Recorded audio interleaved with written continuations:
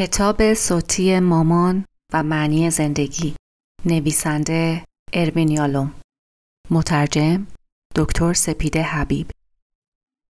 فصل دوم، بخش سوم. برای چندین ماه از ذهنم خارجش کردم تا اینکه دکتر کینگزلی، روانشناس جوانی که پاولا چنان نامعقولانه ازش بیزار بود، درباره برخورد ناگواری که با پاولا داشت برایم گفت. او به گروهی بازگشته بود که دکتر کینگزلی سرپرستش بود. حالا دیگر چندین گروه در طرحمان داشتیم و آنطور که روانشناس می گفت میسیس کنسر شده بود و جلسه را با یک سخنرانی به خود اختصاص داده بود. بلافاصله با پاولا تماس گرفتم و دوباره به نهار دعوتش کردم. به نظر می رسید پاولا از دعوتم خوشحال شده و این مایه شگفتیم شد، ولی به محض اینکه دیدمش موضوع روشن شد. این بار در باشگاه دانشکده استنفورد که ساندویچ هولا سرو نمی کرد. نمی توانست درباره چیزی جز دکتر کینگزلی صحبت کند. آنطور که می گفت کمک درمانگر دکتر کینگزلی از او دعوت کرده بود برای گروه حرف بزند. ولی همین که شروع کرده بود به صحبت، دکتر کینگزلی مدعی شده بود بیش از حد وقت را گرفته است. پاولا مصرانه گفت باید توبیخش کنی. میدانی که معلمان می توانند و باید مسئولیت رفتار غیر تخصصی شاگردانشان را بپذیرند. ولی دکتر کینگزلی همکارم بود، نه شاگردم، و سالها بود که می شناختمش. نه تنها همسرش دوست صمیمیم بود، بلکه من و او گروه‌های زیادی را با هم سرپرستی کرده بودیم. او را درمانگر ماهری می دانستم و مطمئن بودم گزارش پاولا از رفتار او بسیار مخدوش است. آهسته آهسته و با تأخیر زیاد متوجه شدم پاولا حسودی می کند. به توجه و لطفی که به دکتر کینگزلی داشتم غبطه می خورد. به ارتباط نزدیکی که با او و سایر اعضای تیم پژوهش داشتم حسادت می کرد. البته که پاولا باید در مقابل کارگاه مشاوره مقاومت نشان می داد. البته که هیچ گونه تشریک مساعی با محققان دیگر را بر نمی تافت. در برابر هر تغییری مقاومت می کرد. تنها چیزی که می‌خواست بازگشت به زمانی بود که فقط من و او بودیم و گروه خودمان. چه می‌کردم؟ اصرارش به اینکه بین او و دکتر کینگزلی یکی را انتخاب کنم مرا در مخمسه ناخوشایندی قرار داده بود. من هر دوی شما را دوست دارم پاولا. چطور میتونم صداقت، اختیارات برابر و دوستیم رو با دکتر کینگزلی حفظ کنم بدون اینکه یک بار دیگه به احساسات تو بی‌اعتنایی کرده باشم؟ با اینکه هر راهی را برای نزدیک شدن به او امتحان کردم، فاصله میانمان بیشتر و بیشتر شد. کلمات مناسب را پیدا نمی کردم. انگار هیچ کدام خالی از خطر نبود. دیگر حق نداشتم سوالات خصوصی بکنم و او هم علاقه‌ای به زندگی من نشان نمیداد. تمام طول نهار از بدرفتاری‌هایی گفت که پزشکانش با او کرده بودند. اونا اعتنایی به سوالاتم نمی کنند. داروهاشون به جای فایده ضرر داره. ضمناً درباره روانشناسی که با بعضی از بیماران سرطانی گروهمان صحبت می‌کرد هم به من هشدار داد. اون داره یافته‌های منو می‌دزده تا در کتاب خودش ازشون استفاده کنه. بهتر مراقب خودت باشی ارف. معلوم بود پاولا بدجوری ناراحت است و من از سوء ظنش دلواپس و غمگین شدم. فکر می‌کنم پریشانی در چهره‌ام آشکار شده بود، چون تا خواستم بروم خواهش کرد چند دقیقه دیگر بمانم. قصه‌ای برات دارم ارف، تکیه بده و بذار برات از گرگ و ملخ بگم. میدانست عاشق قصه‌ام، به خصوص قصه های او، پس با اشتیاق گوش سپردم. یکی بود یکی نبود. گرگی بود که حس میکرد فشار زندگی از پا درش آورده. تنها چیزی که میدید توله های گرسنه، یک عالمه شکارچی و یک عالمه تله بود. تا اینکه یه روز پا به فرار گذاشت تا تنها زندگی کنه. ناگهان آهنگ دلنشینی به گوشش خورد. آهنگی که یادآور سعادت و آسودگی بود. صدا رو دنبال کرد تا به فضای بازی در میانه جنگل رسید و ملخ درشتی دید که بر کنده‌ای تو خالی لمیده و آفتاب گرفته و آواز میخونه. گرگ به ملخ گفت آوازت رو به منم یاد بده. جوابی نگرفت. دوباره خواهش کرد آوازش رو به اون هم یاد بده، ولی ملخ ساکت موند. بالاخره وقتی گرگ به قورت دادن تهدیدش کرد، ملخ رضایت داد و آهنگ دلنشینش رو چندین بار خوند تا گرگ یاد بگیره. گرگ همینطور که آهنگ جدیدش رو زمزمه می‌کرد، خواست نزد خانواده‌اش برگرده که ناگهان دسته قاز وحشی به پرواز در اومدند و حواسش رو پرت کردند.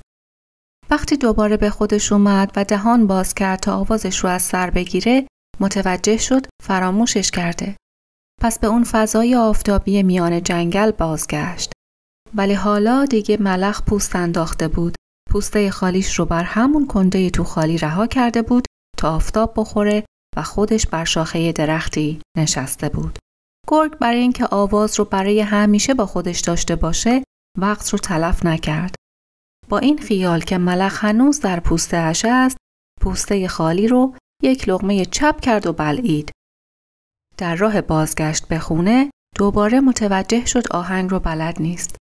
فهمید که با خوردن ملخ آواز یاد نمیگیره.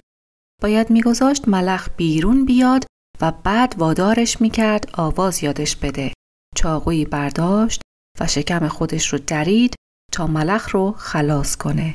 ولی اونقدر عمیق بریده بود که مرد. پاولا در حالی که لبخند روح بخش و جذابش رو تحویلم میداد، دستم را گرفت و بعد در گوشم زمزمه کرد: خلاصه این که ارو، تو باید آواز خودت رو برای خوندن پیدا کنی. تحت تأثیر قرار گرفته بودم. تبسم، رمز و راز و درایتش همان پاولایی بود که من خیلی دوست داشتم. از حکایتش خوشم آمد. همان پاولای قدیمی بود. یاد گذشته ها کردم. معنای ظاهری را گرفتم. اینکه باید آواز خودم را بخوانم و معانی ضمنی نهفته تر و آزاردهنده تر قصه را که به رابطه من مربوط می شد از ذهن دور کردم. حتی تا امروز هم حاضر نشدم عمیق تر بررسیش کنم و به این ترتیب هر کدام آواز خودمان را خواندیم. در کارم پیشرفت کردم، پژوهش را به انجام رساندم، کتاب‌های زیادی نوشتم. پاداش و ترفیع دانشگاهی که سخت در آرزویش بودم نصیبم شد. 10 سال گذشت.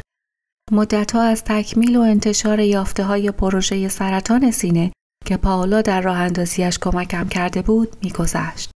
ما به گروه درمانی 50 زن مبتلا به سرطان سینه متاستاتیک پرداخته بودیم و از مقایسه آنها با گروه کنترل 36 نفری از بیماران دریافته بودیم که گروه کیفیت زندگی اعضایش را در مدت زمان باقی مانده از عمر بهبود فراوان بخشیده است. سالها بعد در یک مطالعه تکمیلی که در لانست به چاپ رسید، همکارم دکتر دیوید اسپیگل که سالها پیش از او خواسته بودم محقق اصلی پروژه شود، نشان داد که گروه به طرز معنیداری به عمر اعضا افزوده است. ولی دیگر گروه به تاریخ پیوسته بود. همه 30 زن عضو گروه اولیه بریج و 86 زن شرکت کننده در مطالعه سرطان متاستاتیک سینه مرده بودند. همه غیر از یکی.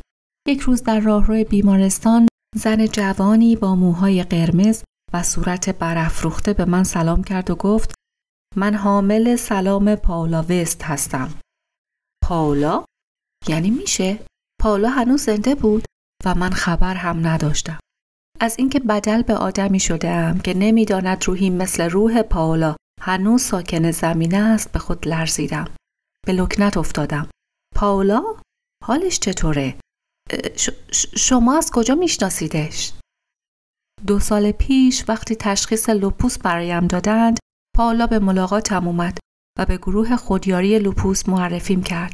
از اون موقع تا حالا مراقبمه. در واقع مراقب همه جامعه لوپوسی ها. از اینکه میشنوم بیماری متاسفم، ولی پاولا لوپوس نشنیده بودم. اندیشیدم چه تصویری، چطور باید میشنیدم. یک بارم با او تماس گرفته بودم. خودش میگه به خاطر داروهایی که برای سرطانش تجویز کردن. حالش خیلی بده؟ راستش در مورد پاولا هیچ وقت این رو نمیفهمی. قطعا نه اونقدر بد که گروه حمایتی لوپوس رو راه نندازه. همه بیماران جدید لوپوسی رو به نهار دعوت نکنه. وقتی حالمون اونقدر بده که نمیتونیم از خونه بیرون بیایم به عیادتمون نیاد. و رشته سخنرانی‌هایی ترتیب نده تا ما در جریان تحقیقات جدید درباره لوپوس قرار بگیریم. و همینطور نه اونقدر بد که یک شورای اخلاق پزشکی برای بازرسی نحوه کار پزشکان سرطانش راه نندازه. سازماندهی، آموزش، پرستاری، شورش، راهاندازی گروه‌های خودیاری لوپوس، بازخواست از پزشکان، همه کاملاً با خصوصیات پائولا میخواند. از آن زن جوان تشکر کردم و همان روز شماره تلفن پائولا را که با وجود گذشت 10 از آخرین تماسم هنوز از حفظ بودم گرفتم. همانطور که منتظر بودم گوشی را بردارد، یاد تحقیق جدیدی در طب سالمندی افتادم که ارتباط مستقیمی میان خصوصیات شخصیتی و طول عمر یافته بود. بیماران کجخلق که مظنون، گوش به زنگ و سمج هستند، عمر طولانی تری دارند. یک پائولای زنده دعوایی آتشی بهتر از یک پائولای سر به راه ولی مرده است. از تماسم خوشحال شد و به صرف نهار در خانه خودش دعوتم کرد. گفت لوپوس بیش از آن به نور خورشید حساسش کرده که جرأت کند روزها برای رستوران رفتن از خانه بیرون بیاید. با خوشحالی پذیرفتم. روز مقرر پائولا را در باغچه جلوی خانه‌اش یافتم، در حالی که از فرق سر تا نوک پا خود را در پارچه کتانی پیچیده و کلاه آفتابی لبه‌دار بسیار بزرگی بر سر داشت، مشغول وجین علف‌های هرز یک استخوان‌دوس اسپانیایی زیبا، بلند و عطرآگین بود. بازویم را گرفت و به داخل خانه راهنماییم کرد و گفت این بیماری احتمالاً منو میکشه، ولی بهش اجازه نمیدم از باغچه خودم بیرونم کنه.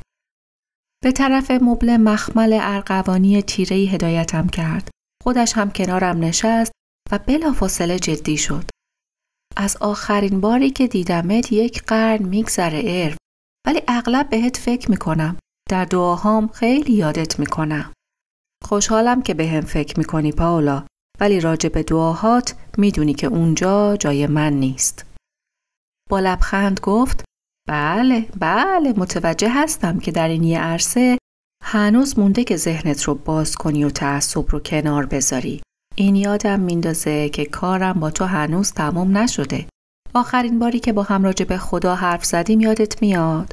سالها گذشته، ولی یادمه به هم گفتی احساسی که من در مورد مفهوم قداست دارم تفاوتی با درد دل شبانه نداره. بی برو برگرد این حرف حتی به نظر خودم هم زننده است.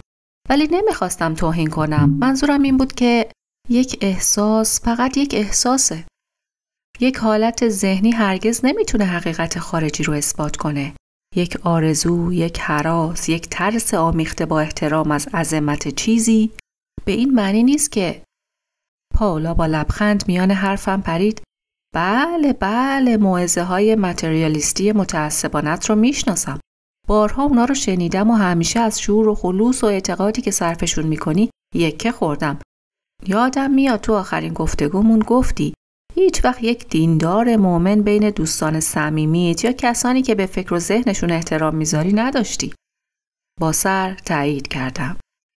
خب پس باید یه چیزی بهت بگم. یه دوست مؤمنت رو فراموش کردی. من رو. چقدر دلم میخواد به مذهب نزدیکت کنم ارو. چقدر عجیبه که حالا با من تماس گرفتی، چون در این 2 هفته اخیر خیلی بهت فکر میکردم. تازه از یک اعتکاف کلیسایی در سایروس برگشتم و خیلی دلم میخواست میتونستم تو رو هم با خودم ببرم. تکیه بده و بذار برات تعریف کنم. یک روز صبح ازمون خواستم به کسی فکر کنیم که مرده. به عزیزی که در واقع هنوز ازش جدا نشدیم. تصمیم گرفتم به برادرم فکر کنم که خیلی دوستش داشتم، ولی در 17 سالگیش و وقتی من هنوز بچه بودم فوت کرد. ازمون خواستن در یک نامه خداحافظی همه چیزهای مهمی رو که هیچ وقت به زبون نیاوردیم برای اون شخص بنویسیم. بعد در جنگل به دنبال چیزی گشتیم که برامون مظهری از اون فرد باشه. در نهایت هم باید اون شی رو همراه نامه به خاک میسپردیم. من تخت سنگ خارایی رو انتخاب کردم و اون رو در سایه سروی خاک کردم. برادرم مثل صخره بود، محکم و استوار. اگر زنده بود از من حمایت میکرد. هیچ وقت به هم بی‌اعتنا نمی‌موند.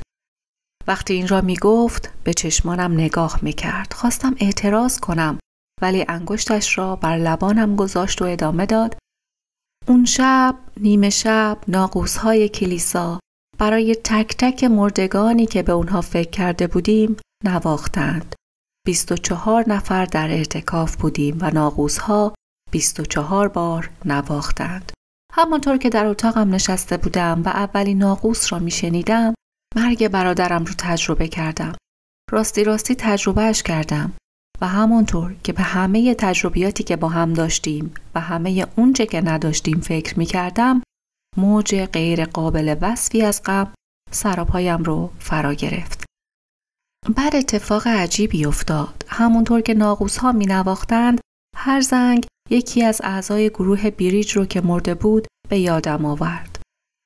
وقتی ناقوس‌ها خاموش شدن، 21 نفر رو به یاد آورده بودم و در تمام مدت گریه کردم. چنان شدید گریه می کردم که یکی از راهبه‌ها صدایم را شنید. به اتاقم آمد، بازوانش را به رویم گشود و بغلم کرد. ارو، اونا رو یادت میاد؟ لیندا و بانی رو یادت میاد؟ و ایوا و لیلی؟ همینطور که در به یاد آوردن چهره‌ها و داستان‌ها و رنج اعضای اولین گروهمان به او می‌پیوستم، حس کردم اشکم جاری شده است. و مدلین و گبی و جودی و جوان، ایولین و رابین، سل و راب، در حالی که همدیگر را در آغوش گرفته بودیم و به آرامی تکان می‌خوردیم، دونوازی و سرود اعضایمان را ادامه دادیم تا زمانی که نام 21 عضو خانواده کوچکمان را به خاک سپردیم. در حالی که از من فاصله می گرفت نگاهم کرد و گفت: این لحظه مقدسیه ارو، حضور ارواحشون رو حس نمی کنی؟ آنها را به وضوح به خاطر میارم و حضورشون رو حس می کنم پاولا. این به اندازه کافی برام مقدس هست. ارو، من تو رو خوب میشناسم. حرفام یادت باشه. روزی میرسه که خودت میفهمی چقدر مذهبی هستی. ولی انصاف نیست تا وقتی گرسنه‌ای بخوام نظرت رو عوض کنم. الان نهار رو میارم. یه لحظه صبر کن پاولا. چند دقیقه پیش که میگفتی برادرت هیچ وقت به تو بی‌اعتنایی نمیکرد، در اون جمله یه اشاره‌ای به من داشتی میکردی؟ در حالی که با چشمان درخشانش به من مینگریست گفت: یه بار وقتی بدجوری بهت احتیاج داشتم منو به حال خودم رها کردی. ولی این مربوط به اون زمانه. حالا دیگه گذشته. حالا دوباره برگشتی. مطمئن بودم منظورش از آن موقع را متوجه شدم. همان موقعی که دکتر لی آنگچ را در هوا بالا انداخته بود. پرواز آنگچ چقدر زمان برده بود؟ 1 ثانیه، 2 ثانیه. ولی آن لحظات کوتاه در حافظه او منجمد شده بود. به یک یخشکن احتیاج داشتم تا بتراشمش. آنقدر احمق نبودم که چنین تلاشی بکنم. به جایش به موضوع برادرش برگشتم. این که گفتی برادرت مثل صخره بود منو به یاد یه سنگ دیگه انداخت. سنگ خشمی که یک بار با خودت آوردی و روی میز گذاشتی. میدونی تا امروز هیچ اشاره‌ای به برادرت نکرده بودی؟ ولی مرگ اون کمکم کرد چیزی رو درباره خودمون دوتا بفهمم. شاید ما همیشه 3 نفر بودیم. تو، من و برادرت. نمیدونم. چه بسا به خاطر مرگ اونه که انتخاب کردی خودت صخره خودت باشی. نکنه به همین خاطر هیچ وقت نذاشتی من صخرت باشم. نکنه مرگش تو رو متقاعد کرده که مردان دیگه هم شکننده و غیر قابل اعتمادند. سکوت کردم و منتظر ماندم. چه پاسخی ممکن بود بدهد؟ در همه سالهایی که پاولا را می شناختم این نخستین بار بود که تفسیری درباره خودش ارائه می کردم. ولی چیزی نگفت. ادامه دادم: فکر می کنم حق با منه و فکر می کنم خوب شد که در این اعتکاف شرکت کردی. خوب شد سعی کردی با اون خدافزی کنی. شاید حالا وضع من و تو فرق کنه. باز هم سکوت. بعد با لبخندی رمزآلود از جا برخاست و گفت: حالا دیگه موقع غذا دادن به توئه. و به سوی آشپزخانه رفت. آیا این جمله حالا دیگه موقع غذا دادن به توست نوعی قدردانی بود به این معنی که اول من با سخنانم تغذیه‌اش کرده بودم؟ لعنتی. سخت میشد چیزی به او داد. کمی بعد هنگام غذا خوردن به من چشم دوخت و گفت ارو، توی دردسر افتادم. حالا سخرم میشی؟ در حالی که با خرسندی تقاضای او را پاسخی به پرسشم میدانستم گفتم البته به من تکیه کن. چه جور دردسری؟ ولی وقتی شروع کرد به توصیف دردسرش، خرسندیم از اینکه بالاخره اجازه یافتم کمکش کنم به سرعت به ترس بدل شد. انقدر درباره پزشکان رک و صریح صحبت کردم که میدونم در لیست سیاهشون قرار گرفتم. دیگه مراقبت پزشکی خوبی از من نمیشه. این همه پزشکان کلینیک لارچ‌وود رو شامل میشه، ولی نمیتونم کلینیکم رو عوض کنم. بیمم مجبورم میکنه همونجا درمان بشم و با وضعیتی که من دارم کدوم شرکت بیمه دیگه حاضره به هم دست بزنه؟ معتقدم رفتارشون با من غیر اخلاقیه. درمان اونها باعث لوپوس شد. قطعاً در معالجم سهل انگاری شده. اونها از من میترسن. بعضی از یادداشت‌های پزشکی رو با جوهر قرمز می‌نویسن تا اگه احضاریه‌ای براشون اومد بتونن به سرعت شناساییشون کنن و از پرونده‌ام برشون دارن. مثل خوکچه‌های هندی از من استفاده می‌کنن. مخصوصاً انقدر برای شروع استروید دست نگه داشتن که دیگه دیر شده بود. بعدم میزان دارو رو درست تنظیم نکردن.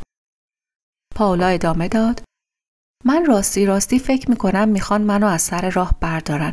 تمام این هفته رو وقت صرف کردم تا نامه‌ای برای شکایت به شورای پزشکی تنظیم کنم، ولی هنوز پستش نکردم. بیشتر به خاطر اینکه نگرانم اگه مجوز طبابتشون لغو بشه چه بلایی سر خودشون و خانواده‌شون میاد. از طرف دیگه چطور میتونم اجازه بدم به آسیب رسوندن به بیماران ادامه بدن؟ نمیتونم کوتاه بیام. یادم یه بار به تو گفتم یه مصالحه هیچ وقت به تنهایی وجود نداره.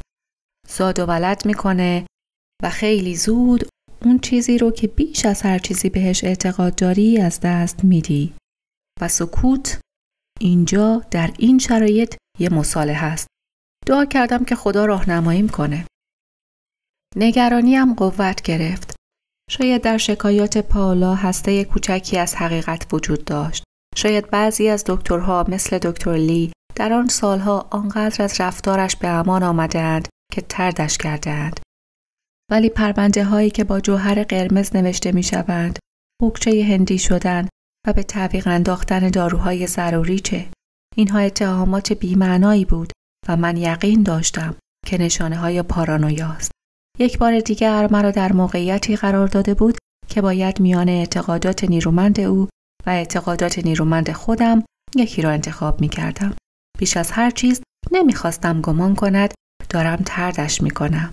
با وجود این چطور میتوانستم در کنارش بمانم؟ گیر افتاده بودم. بالاخره بعد از این همه سال پاولا درخواست صریحی از من کرده بود. فقط یک راه برای پاسخ وجود داشت. او را فردی بسیار پریشان فرض کنم و درمانش کنم. درمان به مفهوم نادرست و کاذبش، به مفهوم رام و مهار کردن. این چیزی بود که همیشه در مورد پاولا و در مورد هر کس دیگری از آن اجتناب می کردم. چون مهار یک فرد به معنی ارتباط برقرار کردن با او مانند یک شیء است و بنابراین نقطه مقابل بودن در کنار اوست. پس با مشکلش همدلی کردم، گوش دادم، به نرمی پرسجو کردم و نظراتم را برای خودم نگاه داشتم. در نهایت پیشنهاد کردم نامه ملایمتری به شورای پزشکی بنویسد. گفتم صریح ولی ملایمتر. در این صورت دکترها فقط رسما توبیخ میشن ولی مجوزشون لغو نمیشه. البته همه اینها دروغ بود. هیچ شورای پزشکی در دنیا نامه او را جدی نمی گرفت. هیچ کس باور نمی کرد همه پزشکان کلینیک علیه او همدست شده باشند. امکان توبیخ یا لغو مجوزشان هم در کار نبود. به فکر فرو رفت و نصیحتم را سبک سنگین کرد. یقین دارم علاقه ام را به خودش حس می کرد و امیدوار بودم متوجه دروغم نشود. بالاخره سری به نشانه موافقت تکان داد. توصیه خوب و به درد بخوری بود ارف. این درست همون چیزیه که بهش احتیاج داشتم. با غصه متوجه بازی روزگار شدم. فقط حالا که به قصد فریبش نقش بازی می کردم مرا یاری بخش و قابل اعتماد می دانست. با وجود حساسیتش به نور آفتاب اصرار کرد تا اتومبیل همراهیم کند. کلاه آفتابیش را بر سر گذاشت. خودش را در نقاب توری و کتان پیچاند و همین که استارت زدم تا ماشین را روشن کنم خم شد تا از پنجره ماشین برای آخرین بار در آغوشم بگیرد. هنگام دور شدن در آینه به عقب نگاه کردم. در برابر خورشید با آن کلاه و پوشش کتانی و نوری که بر او میتابید میدرخشید. نسیمی وزید، لباسهایش بال زد، مثل برگی بود که بر شاخه میلرزد و تاب میخورد و خود را برای برگریزان پاییز آماده میکند. از 10 سال پیش از این ملاقات خود را وقف نوشتن کرده بودم. کتاب پشت کتاب چاپ میکردم. این باردهی حاصل یک راهبرد ساده بود. نوشتن را در اولویت قرار دادم و نگذاشتم هیچ چیز یا هیچ کس مانعش بشود.